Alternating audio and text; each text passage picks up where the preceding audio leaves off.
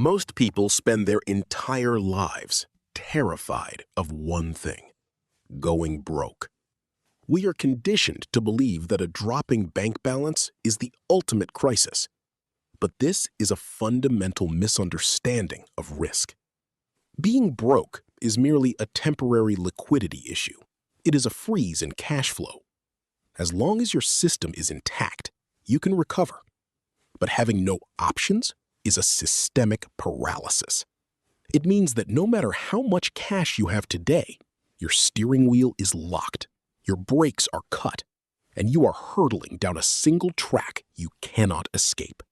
In the game of survival, the person with $10,000 in cash, highly transferable skills, and zero debt is infinitely safer than a corporate executive making $200,000 who is trapped in a dying industry with a massive mortgage. The first person is rich in options. The second is a highly paid hostage. The traps we willingly step into. Most people slowly trade their freedom for a false sense of security, falling into three common traps. First is the savings illusion. We tell ourselves, I'll just endure this toxic, dead-end job, sacrifice my health, and save enough money to finally buy my freedom. But while you hoard depreciating currency, your real currency, your energy, adaptability, and connection to the outside world is rusting away. Money doesn't buy options if you have forgotten how to navigate the open market. Second is the hyper-specialization trap.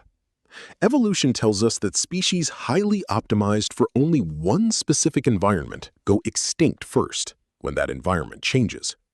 Yet we strive to become the perfect specialized screw in a highly specific corporate machine. If that machine stops running, your highly specialized skill set becomes instantly useless. Third is chasing fake stability. We trade our mobility for a quiet harbor, choosing low-risk, low-growth paths. But in a volatile world, relying on an external system to protect you is the highest risk strategy of all. You are not safe. You are just unable to swim when the ship eventually leaks. The real mechanics, how leverage actually works. To understand why having no options is a death sentence, we have to look at the mechanics of negotiation and risk. In game theory, your power in any negotiation is determined by one metric: your BATNA, your best alternative to a negotiated agreement. Simply put, your leverage is your walkaway power. If you have other job offers or a side business, your walkaway power is high. If your boss demands unreasonable hours or cuts your pay, you can say no and leave. But if you have no other options, your walkaway power is zero. The other party can squeeze you, exploit you, and change the rules of the game at will. They know you have nowhere else to go. Financially, having options is like holding a call option on your life. In a volatile world, the value of an option goes up when things get chaotic. If you have choices, you can pivot and profit from unexpected changes. But if you have zero options, you have essentially shorted your own life. You are taking on infinite downside risk in exchange for a small fixed salary. Once you lose your options, a vicious downward spiral begins. You have no alternatives, so you must work harder for less. Because you are exhausted, you have no time to learn new skills. Because you aren't growing, your market value shrinks. Your options drop to absolute zero, locking you in the trap forever. 2 real-life case studies. Let's look at how this plays out in reality. Case Study 1, The Golden Cage. Consider David, a 38-year-old middle manager at a legacy multinational firm. He makes a comfortable $150,000 a year. On paper, he is successful. But his fixed lifestyle costs, mortgage, car loans, private school tuition, amount to $130,000 a year. David's skills are highly specific to his company's internal software and bureaucratic processes. He can't easily transfer these skills to a fast-moving startup. When his department begins downsizing, David is terrified.